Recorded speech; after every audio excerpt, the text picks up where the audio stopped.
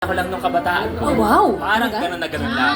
I know the feeling. Oh! Kala ko kabataan ka pa ngayon eh. Of course, Oh. kaya pala nandito tayo. Pero kidding aside, siguro wala nang masasaya pa pag nagkaroon ng assurance at clarity para sa kanilang tatlo. Para kina Marco, Eliza, at Miguel. Alam mo din naman yung sinabi ni Kuya na, diba, mas mabuting kilala nila yung isa't isa, wag magmadali, diba? Yung saktuhan lang. But syempre, aabangan natin kung ano pa yung magiging development ng storyang yan. Pero sa ngayon, ang taong bayan ang kailangan magmadali. Chong Melay, tama ba? Yes, Gabi at Kuya Lu, kailangan magmadali talaga sila dahil mga kapamilya at mga kapuso, meron na lamang kayong 12 minutes left to vote! Alam mo, partner, yan 12 minutes, mabilis lang yung dumadaan. Uy, sobrang bilis na talaga yan, may nangangati sa kuwan ko. Oo, kasi partner, nung hinanap ka ni Kuya kanina, nung 12 minutes late ka, biglang Uy. nandito ka na eh. Hindi, kasi inutusan ako ni Big Brother ng uyo at saka suka para sa ating mga housemates.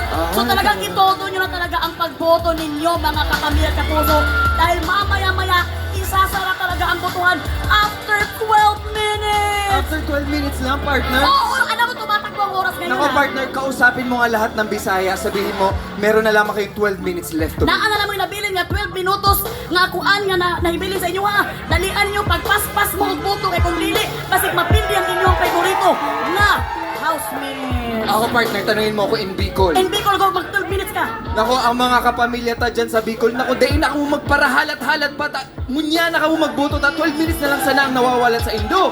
Kaya ngayon, break muna tayo sa tension, Ay, partner. okay. Akala ko lagi tayo kinakabahan. Kasi rapper na tayo today. Pero kasi balita ko meron daw masarap at masayang nangyayaring banding sa loob ng bahay ni Kuya. What is that? Let's watch this.